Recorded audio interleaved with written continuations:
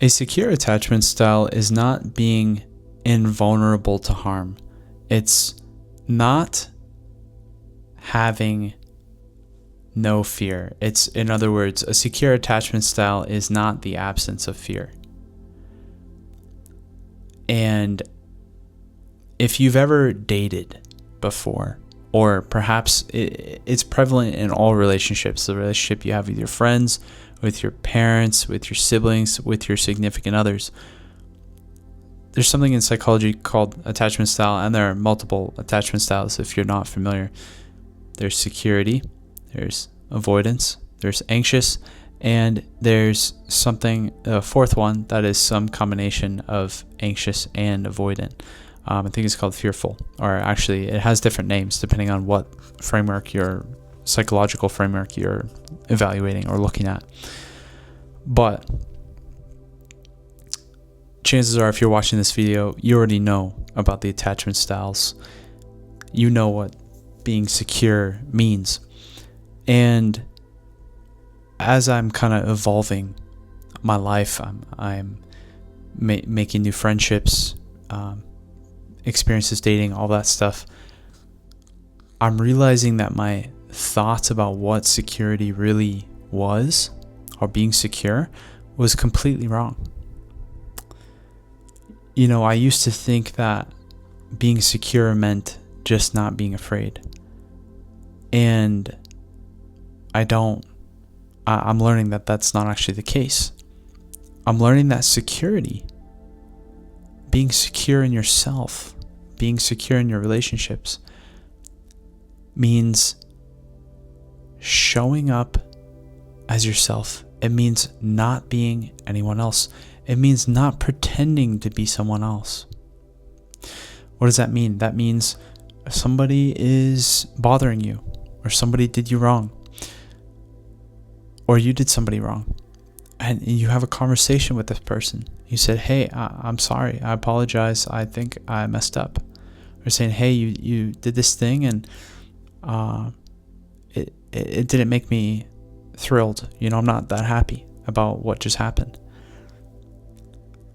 You are showing up as yourself fully and authentically. You are being vulnerable with the other person. And every time you're vulnerable, there's a chance that you can be hurt. You know, you show yourself, you reveal your inner thoughts, your feelings, your emotions. And whenever you do this, the other person can always hurt you.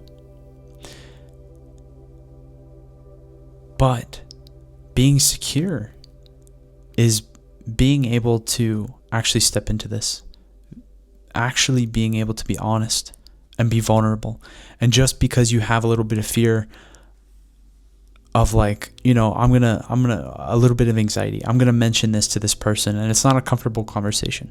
You know, it's definitely not comfortable telling people how they've done you wrong, or how even admitting your own failures, right?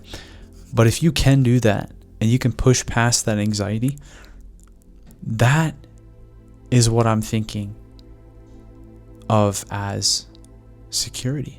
You are secure in yourself, at least enough to be able to show up as you are and be vulnerable, be honest with your feelings, and tell the other person how you feel. That is security. And I think a lot of people obviously struggle with this attachment style stuff, and it does lead to a lot of problems. Like, if you have someone that's avoidant, someone that's anxious, they're going to feed each other. The avoidant person is going to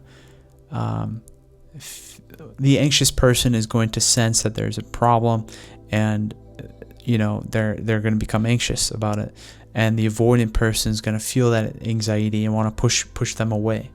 And that the pushing away only leads to more anxiety in the other person, and the more anxiety in the other person leads to the other one pushing them away even more. So it's a bad combo. And we have a responsibility. We all need to push towards security. And I believe that anxious and avoidant, and God forbid fearful, which is both, are just signs of previous trauma that we need to heal. Things that happen to us without the presence of an empathetic witness. A lot of us are carrying around a lot of trauma, whether we know it or not, thinking that it's all just going to go away. And you know what? It's not. And I'm speaking from experience, because in my life, I grew up ignoring my own feelings, unwilling to process those negative emotions because it's super uncomfortable. And I carried around a lot of trauma, and it affected the relationships that I had. There was a point in my life in college where I was unable to be vulnerable with anyone. I felt like I couldn't get along with anyone because I didn't want to reveal myself. I didn't want to show myself for who I was, the hurt, broken person that I am, me owning it, that I am, and thinking I needed to be somebody else, that I couldn't allow other people to see who I really was because they wouldn't accept me, because I didn't accept me. I did not accept myself. So it was a very painful process, going through that trauma, processing grief, and all of these things. And I would encourage you to think about your own life and think about the things that you might be not processing, that you might be burying, and allow that to lead you towards security. I think, thinking about, how can I become more secure? Well, I think it's a process. I really do. I think it's a process of being vulnerable. You need to find people in your life that you can trust.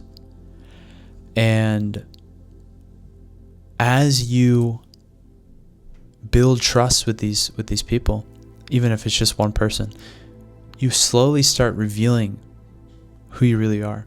Take off the mask. Stop trying to be someone you're not. Just be you. And you'll find that as you show up for who you are, no matter how ashamed you are, no matter how much trauma you've encountered, own it. And as you show up for who you are and you see that your trusted people, they accept you for who you are, they love you for who you are, that leads you towards security. That leads you towards this ability to be vulnerable, to be honest, to accept who you really are and the things that you've been through. They don't define you. The mistakes that you made or the ways that people have done you wrong, they don't define you. But being able to sit with those things and being okay with those things and acknowledging to yourself that these things happened and they hurt, but I am okay. These things do not define me. I love myself. I'm going to push past these things. And I don't need to be anyone else except myself. Having that mindset and taking that into your relationships, that will lead you towards security. Why do I need to push other people away? In a sense, there's a lot of fear there. There's a lot of fear, like, if I get too close, I'll get hurt. Why can't I let this other person have their own space? Because they might abandon me, That's all trauma that we need to process. And we all have a responsibility to build towards security in our relationships and in ourselves. So I'm thinking about this in my own life. I have trusted people that I can come to and be honest and be vulnerable with. And that is really allowing my heart to heal. And I've noticed it in the last year or so, the last couple months, especially, that I'm building a lot of security in myself and really just feeling like I don't need to be anyone else except Andrew, the authentic Andrew. Just take off the mask. Stop trying to be someone you're not. Even on social media, I really struggled for a long time trying to figure out who I was, trying to find my voice, trying to speak to the camera, trying to step into something. And it was only when I could sit down and really think to myself, I'm just going to stop trying to be somebody. I'm just going to be who I am.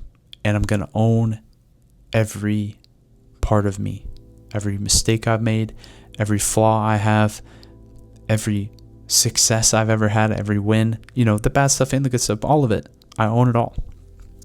And now I feel so much more secure in myself, in my interpersonal relationships, and even with social media, and just being able to turn on the camera, press record, and just start talking,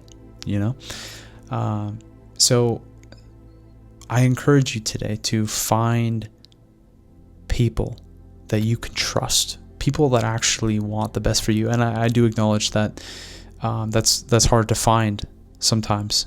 Sometimes we don't have people we can trust. Know that they will come. They will come. If you don't have anyone, they will come.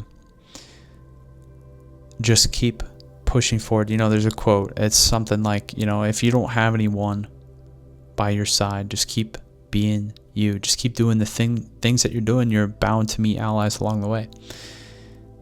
I think there's a lot of truth to that. So find people that you can trust and allow yourself to be vulnerable with those people. Tell them the way that you think. Have deeper conversations. When it comes to every relationship, really, skip the surface level stuff. Do you really care how someone's day is going? Maybe you do. That's fine. I think you should care about how people's days are going, but you get the point. Actually get to know people. Ask why they think certain ways. Really try to learn more about the world. And set boundaries and enforce them, and tell people when they've hurt you. Acknowledge your mistakes. Be coachable. Take what other people say. Some people, you got to take what they say with a grain of salt, but I think you get the point. Acknowledge your mistakes. When people call you out on things that you've done wrong, you've got to own up to it. You've got to apologize. So find these people that you can be honest with and be vulnerable with, and keep showing up every single day as yourself, as your fully authentic self. And when you see that they love you for who you are, why be anyone else? There's no need to be anyone else. It's an empty feeling being loved for somebody that you're not. All of us humans, we have this desire in our heart to be loved and accepted for who we really are. So how that's going to happen is you got to be who you really are, and you got to find out who's going to love you for who you really are. Not just romantically, with friendships. Family is family. That's a little bit more complicated. But yeah, find people you can trust, be vulnerable, build deep relationships, and you'll build towards security. Work through your trauma. Do some inner work. Work through those pains. Allow yourself to feel. It's all going to help you in your journey towards becoming more secure. Thank you for watching.